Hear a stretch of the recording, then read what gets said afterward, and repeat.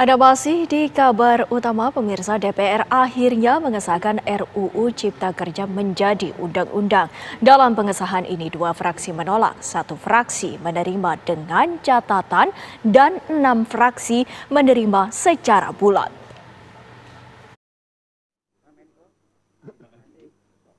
Setelah menimbulkan pro kontra, DPR akhirnya memutuskan rancangan Undang-Undang Cipta Kerja disahkan menjadi undang-undang.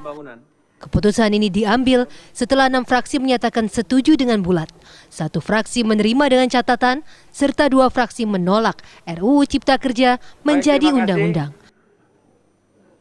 Namun penetapan ini membuat fraksi Demokrat memilih walkout karena tidak setuju dengan pengesahan undang-undang ini. Baik, terima kasih Bapak Ibu sekalian. Telah kita ketahui bersama bahwa pandangan-pandangan fraksi 6 menyatakan setuju secara bulat, 1 menerima dengan catatan fraksi PAN, 2 menyatakan menolak.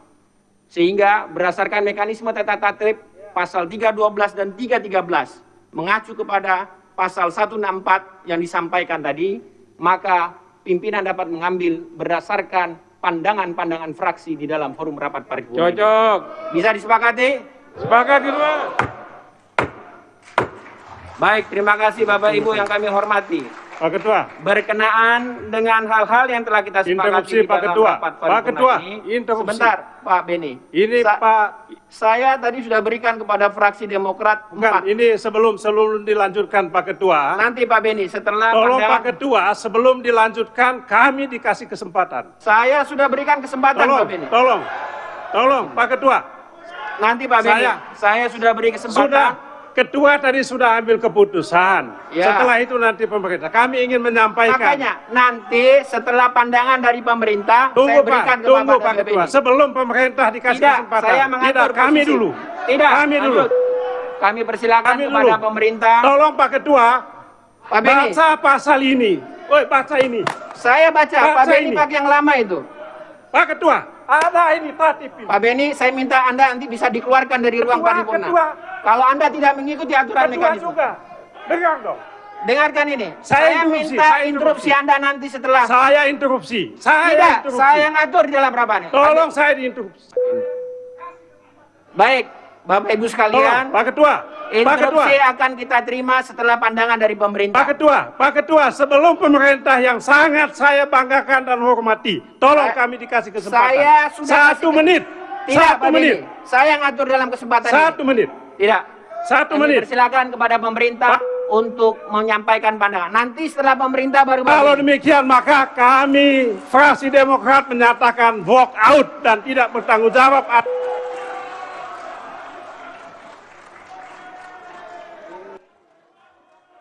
Sementara itu, Menko Perekonomian Erlangga Hartarto yang mewakili pemerintah mengklaim bahwa Undang-Undang Cipta Kerja untuk menciptakan lapangan kerja. Dengan banyaknya aturan dan regulasi atau hiperregulasi, kita memerlukan penyederhanaan, sinkronisasi, dan pemangkasan regulasi. Dan untuk itulah diperlukan Undang-Undang Cipta Kerja yang mengubah atau merevisi beberapa undang-undang yang menghambat pencapaian tujuan dan penciptaan lapangan kerja. Undang-undang tersebut sekaligus sebagai instrumen dan penyederhanaan serta peningkatan efektivitas birokrasi. Alhamdulillah, dalam sidang yang terhormat, sore hari ini undang-undang tersebut diketok oleh anggota Dewan dan pimpinan yang terhormat. Dalam Undang-Undang Cipta Kerja, ada sejumlah poin yang dianggap menimbulkan pro kontra, di antaranya pengurangan nilai pesangon, berkurangnya hak cuti karyawan, kontrak kerja tanpa batas waktu, dan jaminan pensiun serta kesehatan terancam hilang. Dari Jakarta, tim TV One mengabarkan. Ayo Pak Masinton.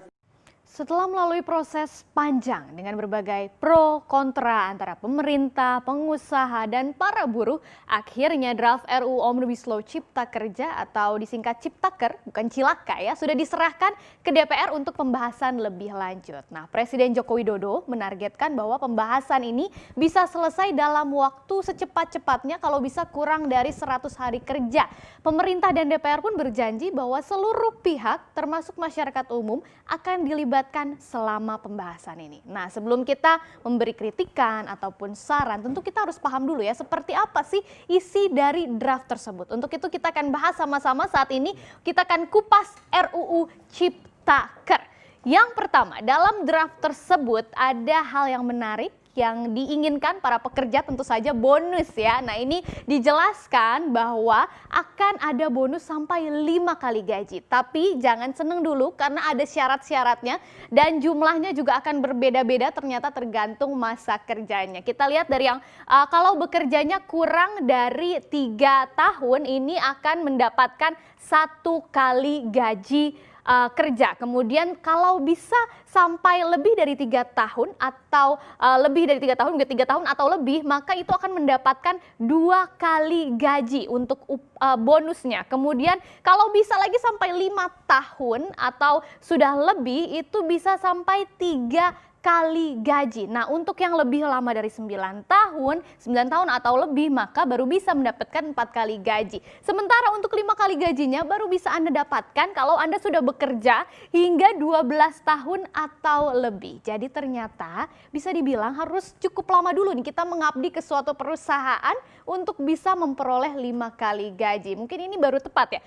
Ada istilah budak korporat. Mungkin kalau sudah jadi budak korporat dulu kita baru bisa mendapatkan 5 kali gaji. Ya, nah pemberian bonus ini akan diberikan 1 kali dalam jangka waktu paling lama 1 tahun setelah Undang-Undang Ciptaker berlaku. Sayangnya aturan ini tidak berlaku untuk sektor usaha mikro dan kecil. Itu yang pertama, ini masih permulaan. Yang dibahas selanjutnya adalah dalam draft tersebut ternyata terkait dengan hari kerja dan waktu istirahat para buruh atau para pekerja. Kalau sebelumnya di Undang-Undang Nomor 13 Tahun 2013 tentang Undang-Undang Ketenagakerjaan, waktu kerja buruh itu diatur menjadi 2 bentuk ya. Yang pertama, kita lihat dulu yang sebelumnya, buruh bisa bekerja sampai 7 jam per harinya atau 40 jam seminggu dengan jumlah hari kerjanya sebanyak 6 hari kerja. Sehingga ada waktu istirahat mingguannya yaitu 1 hari. Yang kedua itu bisa 8 jam per hari, sama juga per minggunya 40 jam. Tapi untuk 5 hari kerja sehingga ada waktu istirahat 2 hari setiap minggunya. Tapi di draft RUU kali ini ternyata buruh harus kerja paling lama 8 jam juga, sama 8 jam sehari dan 40 minggu seminggu, tapi untuk 6 hari kerja. Jadi hanya ada waktu istirahat 1 hari ya. Itu untuk maksimalnya tadi 8 jam per hari, 40 jam per minggu sama. Tapi ternyata hanya untuk 6 hari kerja dan istirahatnya 1 hari aja seminggu. Tapi bagaimana dengan sistem pengupahannya? Kita akan lihat di slide selanjutnya. Ternyata di draft ini pemerintah sudah memutuskan untuk menghapus aturan soal upah yang seharusnya diterima buruh kalau berhalangan hadir, baik karena sakit misalnya atau karena alasan keluarga dan alasan lainnya. Dan sebenarnya masih disebutkan bahwa buruh akan tetap mendapatkan upahnya, yang berhalangan masuk akan tetap diberikan upah dari pengusaha, tapi ternyata besarannya tidak diatur lagi dalam RUU tersebut, tapi akan diatur dalam peraturan pemerintah. Padahal kalau mengacu aturan sebelumnya Undang-Undang Ketenagakerjaan itu sudah diatur dengan beberapa skenario ya. Yang pertama, misalnya Anda sakit dan harus beristirahat atau dirawat, maka 4 bulan pertama itu akan tetap mendapatkan upah sebesar 100% upah. Baru kemudian 4 bulan berikutnya seandainya ternyata masih tetap sakit dan tidak bisa hadir, itu akan diberikan upah sebanyak 75% upah. Dan 4 bulan ketiga misalnya masih juga harus istirahat, akan menerima 50% upah, baru selanjutnya 25% upah akan diterima kalau belum terjadi keputusan untuk memutuskan hubungan kerja atau PHK. Selain itu untuk pekerja yang tidak masuk, kalau tadi karena sakit, kalau karena menikah atau menikahkan anaknya dan acara-acara keluarga lainnya, itu juga masih mendapatkan upah untuk 2 hari kerja. Nah, lalu bagaimana nasib para buruh yang kena PHK? Kita lihat di slide yang selanjutnya, di draft tersebut disebutkan bahwa rumus perhitungan pesangonnya ternyata agak sedikit berbeda. Ada 2 komponen yang digunakan sebagai dasar perhitungan pesangon dan uang penghargaan masa buruh, yaitu yang pertama upah pokok pekerja dan tunjangan tetap yang diberikan kepada buruh dan keluarganya. Untuk 2 poin ini hampir mirip dengan yang sebelumnya dan jumlah pesangonnya juga tidak ada perubahan, masih sama begitu ya. Tapi dalam draft tersebut ternyata ada yang berbeda, yaitu ketentuan soal proses melakukan PHK-nya, yaitu PHK nantinya bisa dilaksanakan berdasarkan kesepakatan antara pengusaha dan buruh. Bagaimana dengan yang sebelumnya? Kalau kesepakatannya tidak tercapai, maka akan dilakukan melalui prosedur penyelesaian perselisihan hubungan industrial. Itu untuk yang RUU Draft Omnibus Law nanti ya. Nah, kalau di UU sebelumnya, sebelum PHK dilakukan, maka pengusaha, pekerja, serikat pekerja, kemudian pemerintah itu harus mengusahakan terlebih dahulu supaya pemutusan tidak terjadi. Kalau misalnya tidak bisa dihindari, benar-benar harus tidak ketemu jawabannya, maka wajib dirundingkan lagi oleh pengusaha dan serikat pekerja atau pekerja lain kalau memang ada pekerja yang tidak tergabung dalam serikat pekerja. Baru seandainya perundingan tersebut mentok, benar-benar gagal, pengusaha bisa melakukan PHK setelah memperoleh penetapan dari Lembaga Penyelesaian Perselisihan Hubungan Industrial. Jadi prosedurnya kalau di Undang-Undang Ketenagakerjaan yang sebelumnya itu lumayan panjang. Kalau yang ini langsung gitu ya, kalau harus sesuai kesepakatan pengusaha dan buruh. Kemudian selanjutnya ada poin penting lainnya, yaitu tentang penghapusan cuti panjang. Nantinya cuti panjang ini akan diatur dalam perjanjian kerja sama masing-masing. Jadi tidak ada aturan yang mengharuskan untuk memberikan cuti panjang bagi pekerja. Padahal kalau dilihat di aturan sebelumnya lagi, itu diatur ternyata dengan jelas ya. Kalau masa kerja seorang buruh bisa lebih dari 6 tahun secara terus-menerus di perusahaan yang sama, maka pengusaha wajib ya, digarisbawahi, wajib memberikan waktu istirahat atau cuti panjang sekurang-kurangnya 2 bulan. Dan cuti panjang ini diberikan pada tahun ke-7 dan ke-8 masing-masingnya 1 bulan, dan ia berhak mendapatkan cuti panjang ini selama 1 bulan masing-masing, tapi dengan catatan pekerjanya tidak berhak atas istirahat atau cuti tahunannya dalam 2 tahun berjalan. Kemudian